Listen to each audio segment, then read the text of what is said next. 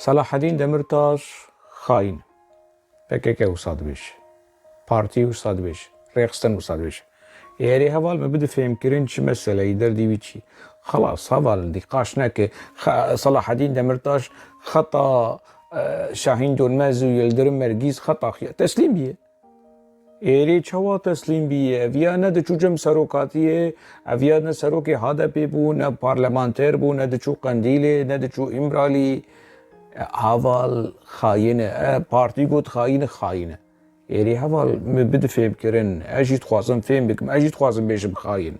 بس بده فهم کرن بلگه دلیل تا چنه سر چه اساسی تا بیش خاین هوال چی داخویانی دای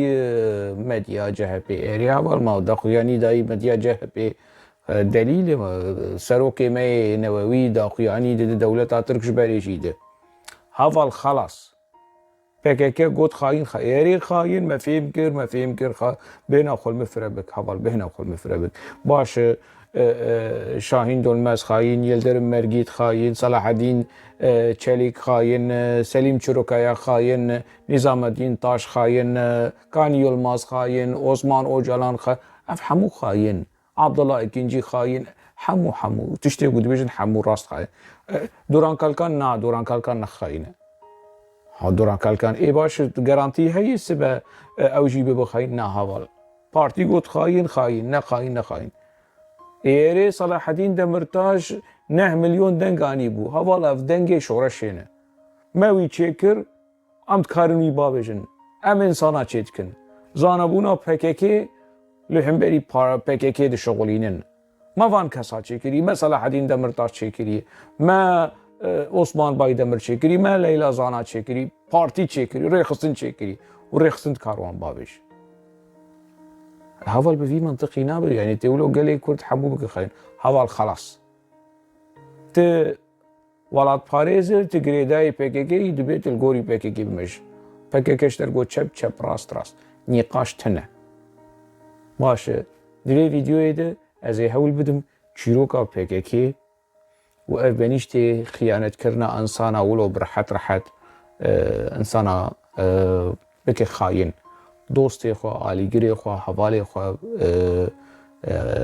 اندامی خو دامزرینری خو بك خاين وان بكش جوان نهات يعني جش PKK نهات كشتنا فيزيكي كشتنا سياسي نها كشتنا سياسي لهم بري صلاح الدين دمرتاش بيكتينه اگر جوار گرینگ بف مجار و دمقي گرینگه